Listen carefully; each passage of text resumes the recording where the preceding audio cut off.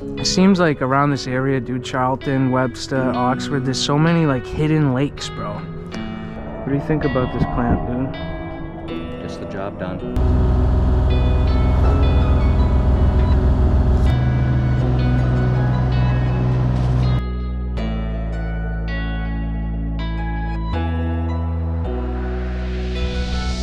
That is why natural stone walls are far more expensive than block walls.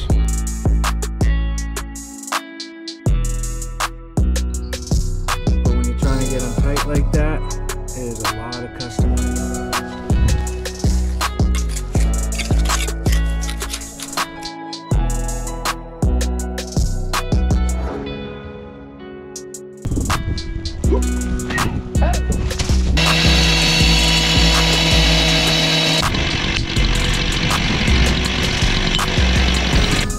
It's cold, dude.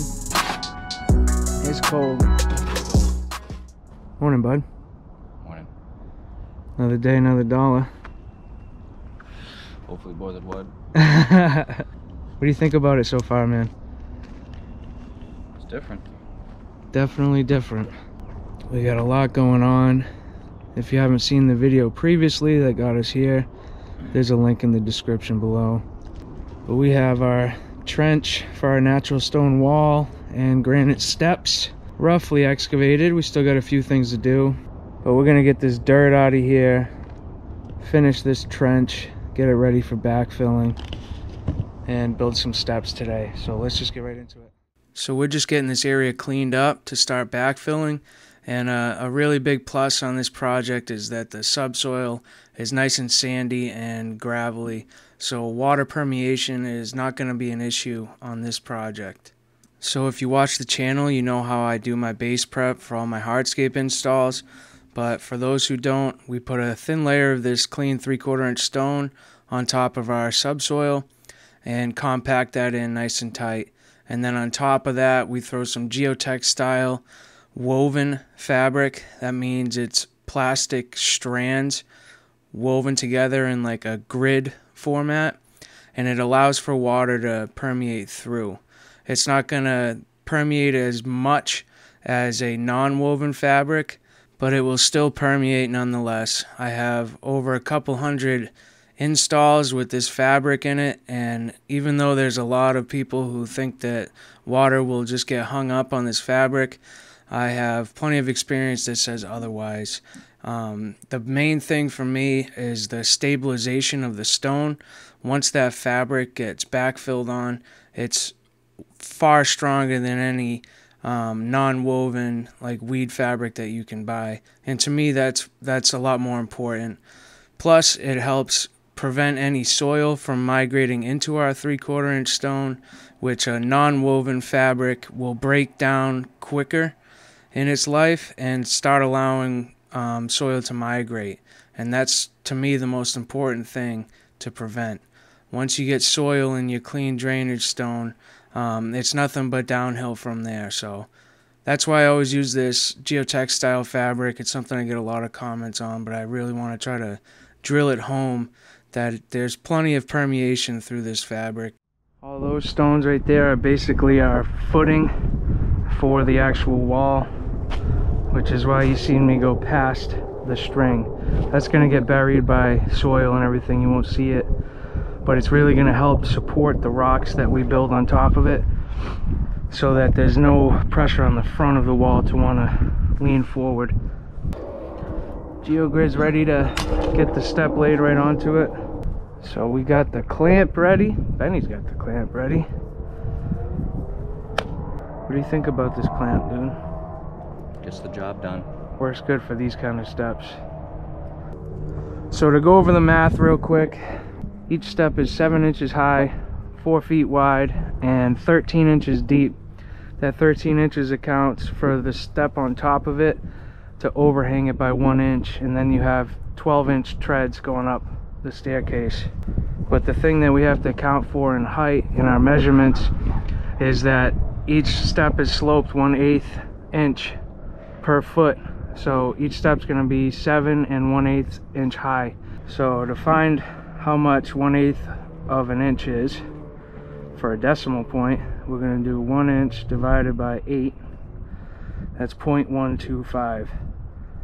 So we're going to take 7.125 times 10 steps, and we get 71.25 inches. And if you've seen on the time lapse, we measured down from the top, which is where we're going to be meeting. That's our end grade height, and measured down, and we found our mark on the block down there, which there's a little red mark.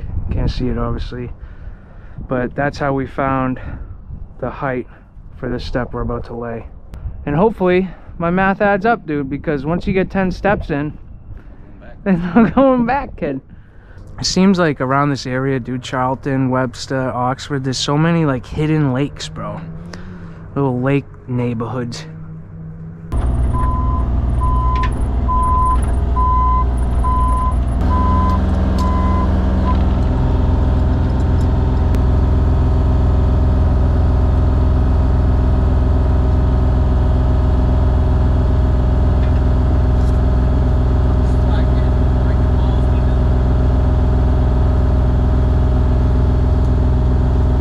Reset that, dude.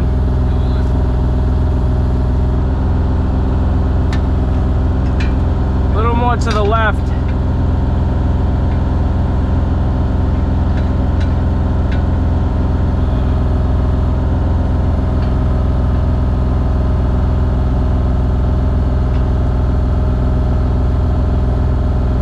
Too much.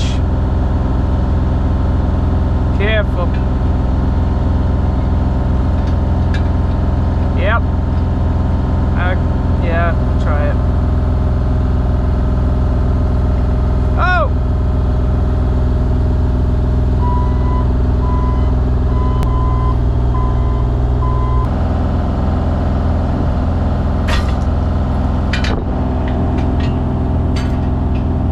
You know what it is too? Where that's hooked to, move it back 1 notch. Which one? The top piece. Where, like the hook. Right here? No, like the actual hook. The actual hook? Where it hooks in, move that back 1 notch. Keeps leaning back too far. Yeah. It's more centered.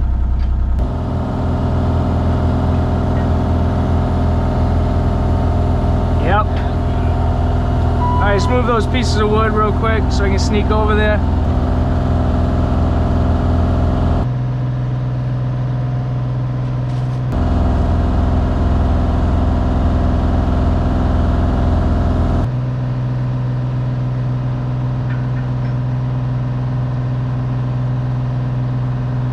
Back a little bit. Okay. Come this way a little bit. Hold on. Alright. You're on the string there. I set it down.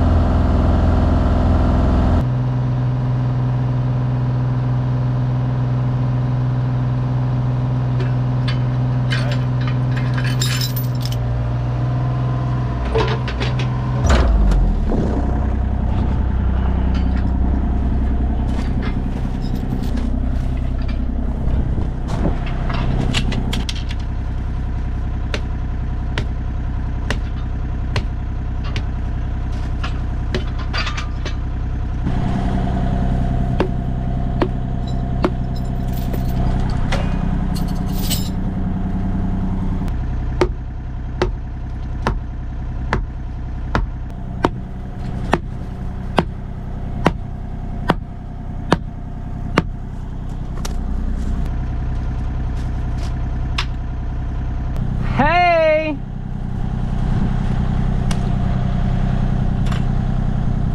Hey! Perfect. Smooth sailing from here, bud. We got a step in, dude. Yeah, I gotta build some wall before we do a step, so it holds the stone back. So we're gonna finish prepping for the wall before we start building the wall. And as you're gonna see here, we do the base prep like I explained earlier, but I'm adding geogrid into the base stone layer too, just to give it that extra stability. And just to explain a little bit more, like I was saying about the stone underneath the wall. So we're laying long, flat stones past where the front of the wall is going to be, and that's going to just add some support and prevent the wall from wanting to lean forward in the future. I think it's just a nice additional structural thing to do when building a natural stone wall like this, and it's a good way to get rid of a lot of the stones on the job site that you have. Some people would pour like a concrete footing to build the wall on, but I think doing something like this is even better, and it's going to allow for slight movement and also water drainage through it. Concrete footings can crack and heave when that slight movement comes, because it's something you really can't completely prevent, especially in a really cold freeze-thaw climate like here in Massachusetts.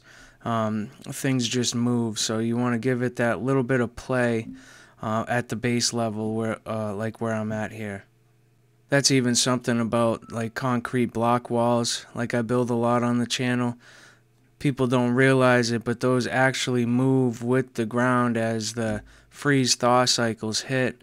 They'll shift very slightly, but they're designed to do that. And even with the glue, like when you glue caps and everything, those are designed to be able to shift like a fraction of an inch and settle back into place without a problem. I think that's something that not many people know about when it comes to walls, but they do shift as the ground moves throughout the seasons. It's a big reason why you'll see concrete walls or even foundation walls crack on a house, is because of that slight shifting, and poured concrete doesn't allow for that movement. That's what the cracks come from. Good morning, everyone. Today is Saturday, March 16th, and we've done a few things off camera. We had to do a little bit of stone swapping. So the pallets of stone the customer had here, about 3 or 4 of them, had a lot more smaller pieces than he had imagined. So the customer did a little looking around and found these Fieldstones, which are much bigger faces. So we got that pallet and a couple more over here, and you can see they're all really nice stones. Should be able to use the majority of these, which is excellent. So we did a lot of that stuff yesterday, just kind of moving pallets around, switching the stone out. But we also did get the wall started a bit and got one more step in off camera. We've also got all the base course in.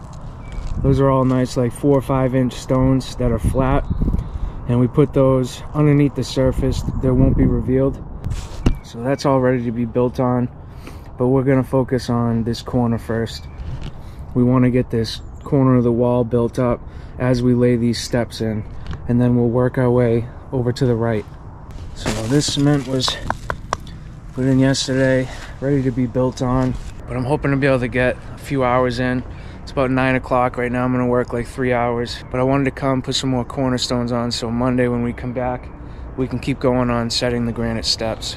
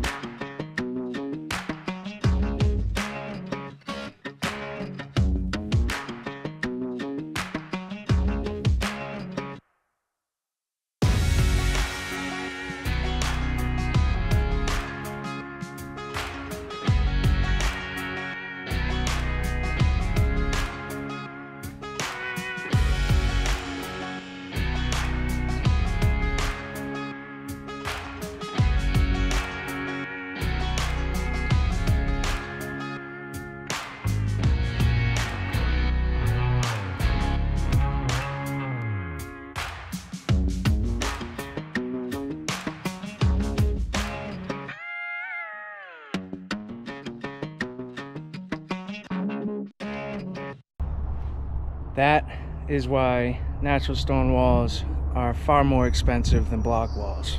That one corner right there and those 2 pieces took me about 45 minutes to dry fit. Now we got to make mortar and secure them in.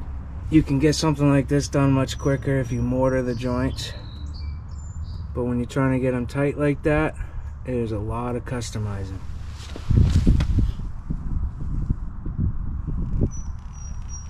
So now I'm going to make some mortar. I'm using Portland cement and mason sand, and we're also throwing a little bit of 3/4 inch stone in with the mix. When you do a wall like this, it's way cheaper to buy cement like that than buy bags of mortar or buy bags of concrete. You just get a bulk pile of sand and you mix it together. The ratio we use is 3 shovels of sand to 1 shovel of Portland cement, and then we'll usually throw in 1 shovel of 3/4 as well.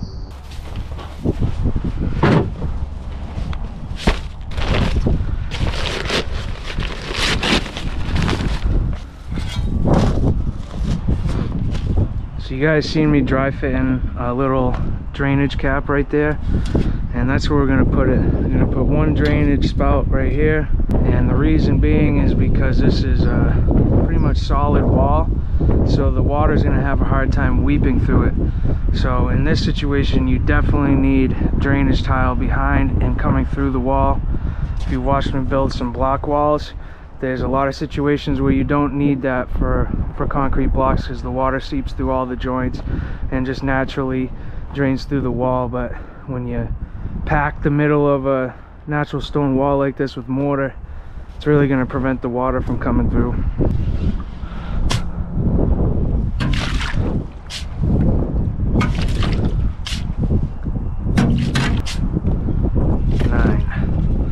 Now I'm going to do 3/4. Come on.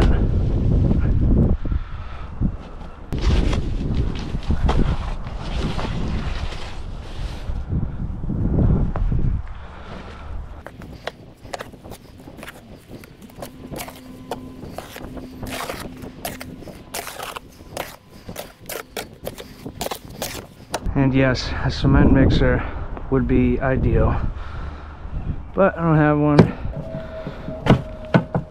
Throw a little stone in there.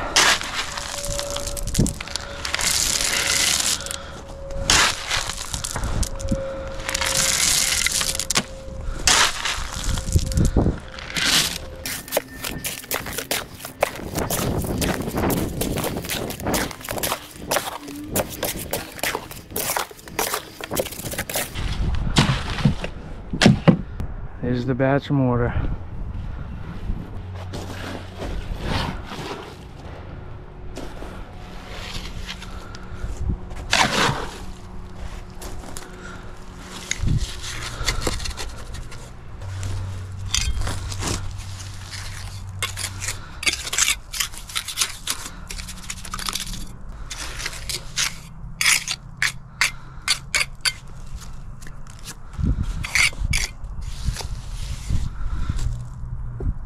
Careful for that.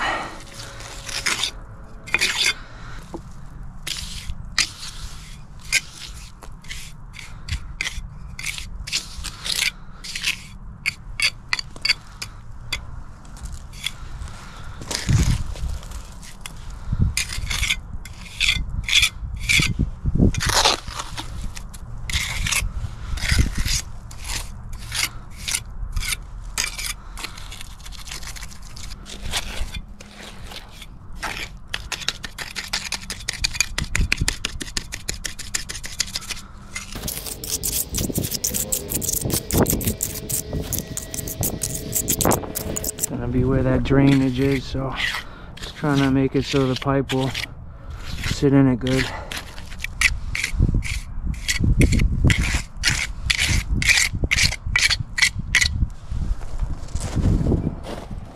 Cool, now that can all set.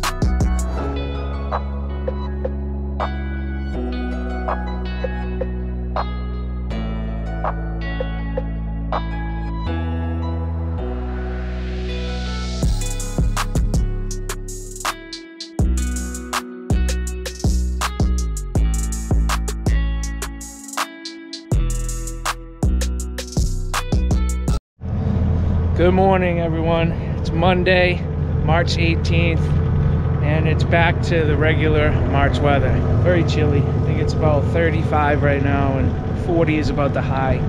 All that mortar set pretty good from Saturday, and we're good to keep building. First thing we're gonna do is set another granite step. That way we got the height, and I'm gonna work on this corner, keep getting that up higher.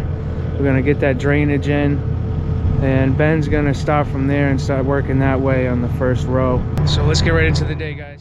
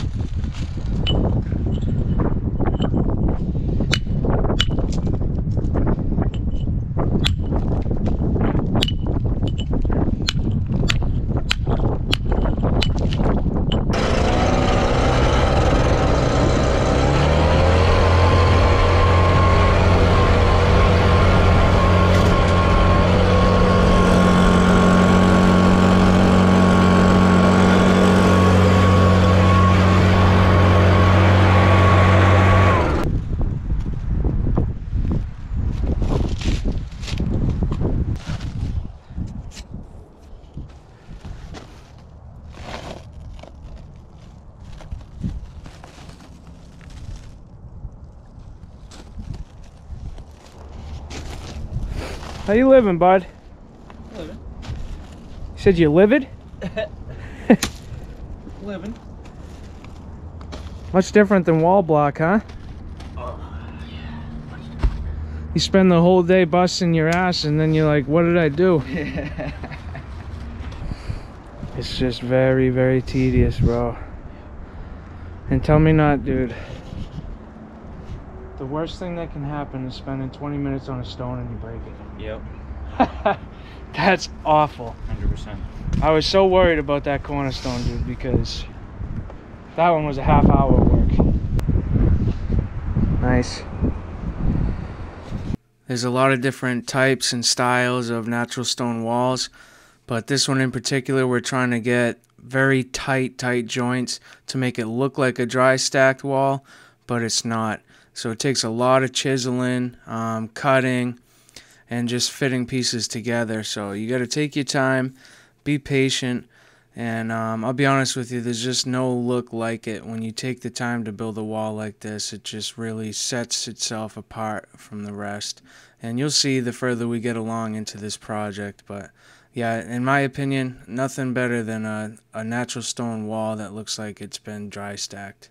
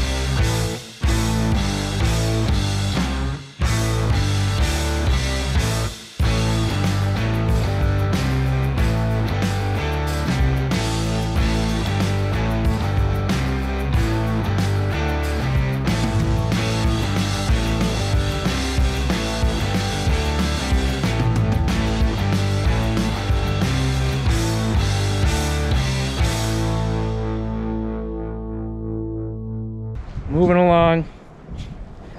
Grudgingly. It's cold, dude.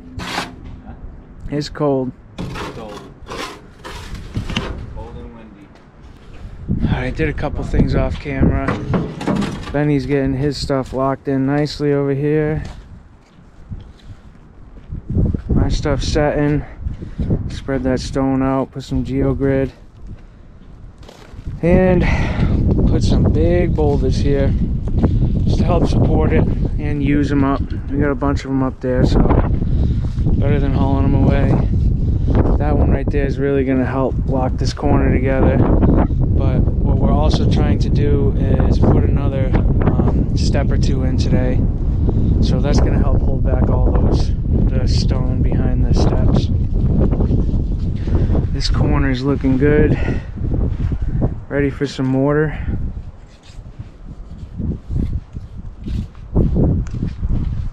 I just love building walls like this. There's something just a real old school feel to it. I know that this country was built on a lot of stonework, and it's kind of a trade that's disappearing, which is a little sad in my opinion. Obviously, it's because it's extremely expensive, and I think it's extremely expensive because there's not many people willing to do it, which is good for the guys that are doing it because it's specialized, which makes you some good money when you do something like that. But I'd love to see more stonework going up around the country.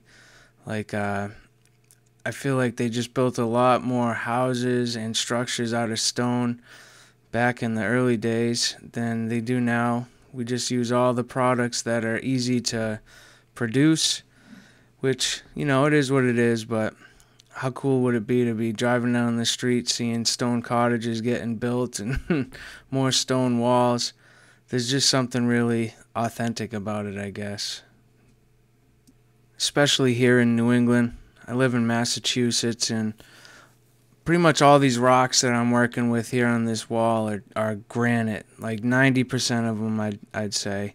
And there's something to be said about that. There's so much stone here in New England, and it's something we're really known for. So it's just cool to be able to work with this material in such a custom way. It is very cold out, guys. Very, very cold, and the wind just won't stop. But besides that, gorgeous view.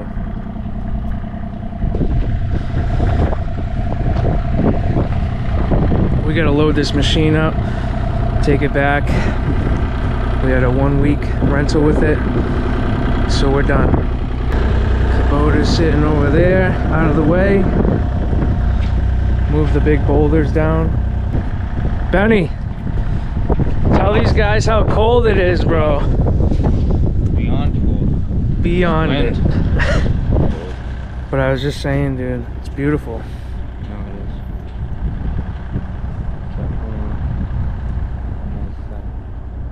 is. What do you think, though? Looks really good, huh?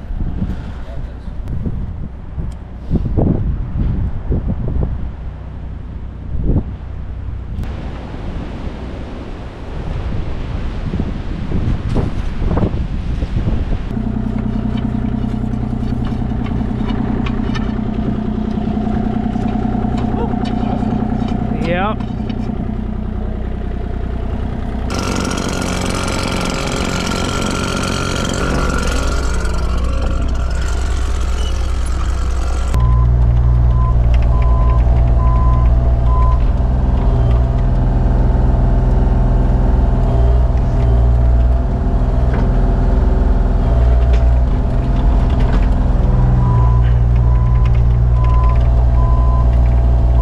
To just get yourself set up so you're ready. If you do start falling forward, the machine will just catch itself.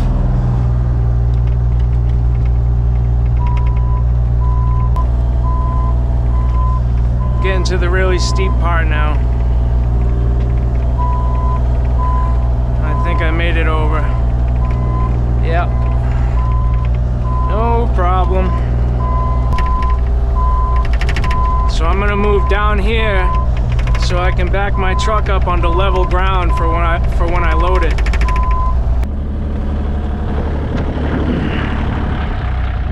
Benny, you're a professional, dude. Thank you. This is the only position I can be in that people even have a chance getting through on both sides. But that's just the way it goes. You gotta factor that stuff in when you're estimating jobs. I get a lot of questions about how I do estimates and what I charge and stuff, and a lot of people want to know what you charge per square foot, but it varies so much, because this job here per square foot is so much different than an easy access, no problem kind of project. So that can vary $5 to $10, even sometimes $15 per square foot of your average.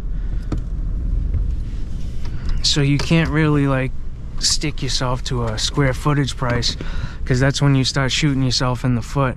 You gotta estimate and charge based off of what you think you're gonna need to get the job done, and all the different variables of the project, the neighborhood, just the elevations, all that kind of stuff, the ease of the moving around on the job site.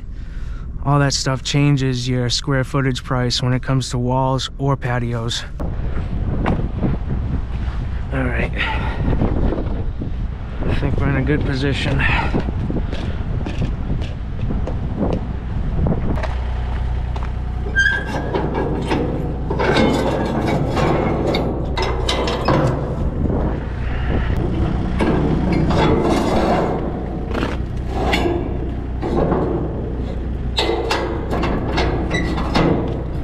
So I don't think I showed it last year, but you see that hole in the floor? I was doing a job late in the fall, which I haven't gotten around to yet on the videos, but I dropped my bucket into the dump bed because it wasn't locked in.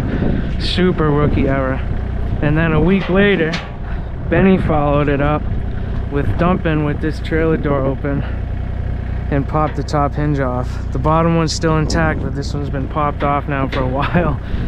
So we gotta open it and support it until we get it around the corner. But it's like, things always come in waves, good or bad.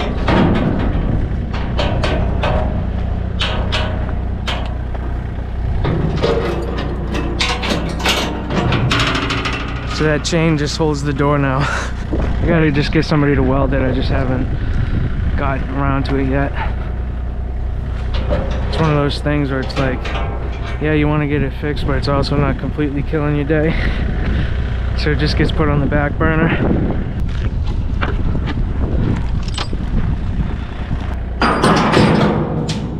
I have these pieces of plywood with me all the time for the machines. 2 for the supports, and then 2 for the ramps.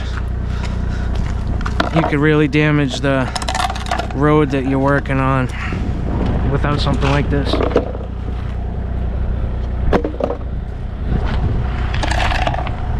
Especially in the summer when it's hot.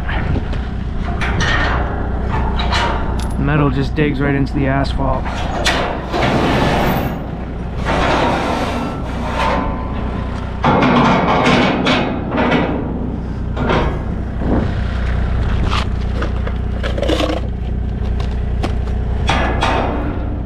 That's something you gotta look out for. It's wobbly. I'm gonna have to do something about that. So when I come up on it, it's gonna be like this. Well, it's gonna be more. Then you risk warping it though. Yeah, that too. Much less. Oh yeah. Yeah, that one needs it too. Hey. Wow, solid. Is it? Heavy. Oh yeah. I should probably put it in more though. Alright, I should do that on this side too, or is that one good? That one's good. I was just telling these guys about the bruises on the trailer. Oh yeah. Because I haven't gotten around to the video where we've had it happen, you know? Oh, they were literally one after the other. Well, exactly, dude. I said even good things and bad things come in waves. Alright. You want to just get in and hold the brake, dude, just to be safe? You don't want me to put another glove, or is that gonna break just like that? No, everything's solid. We're good. Looks good.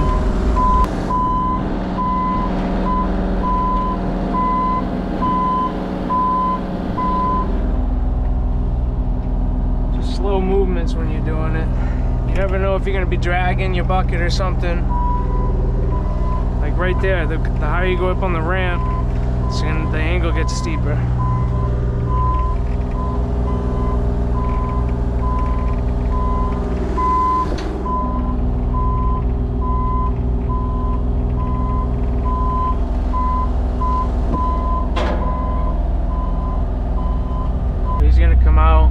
just let me know right when I'm at the end of the doors there. I want to have as much weight on the back as possible. That's good?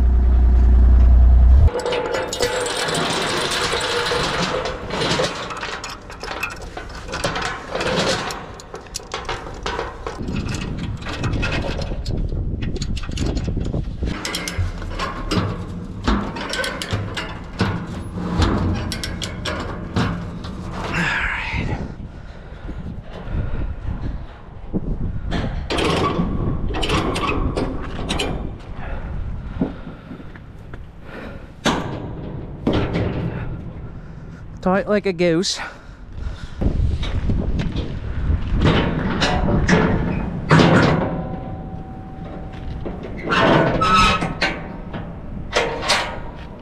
Hey, hey. Hey, bud. Tell these guys goodbye. Bye. Till next time. Yes, sir. Hope you guys enjoyed the video. If so, hit that like button, subscribe for a lot more content like this. But you already know the deal. Until the next one, God bless. Peace.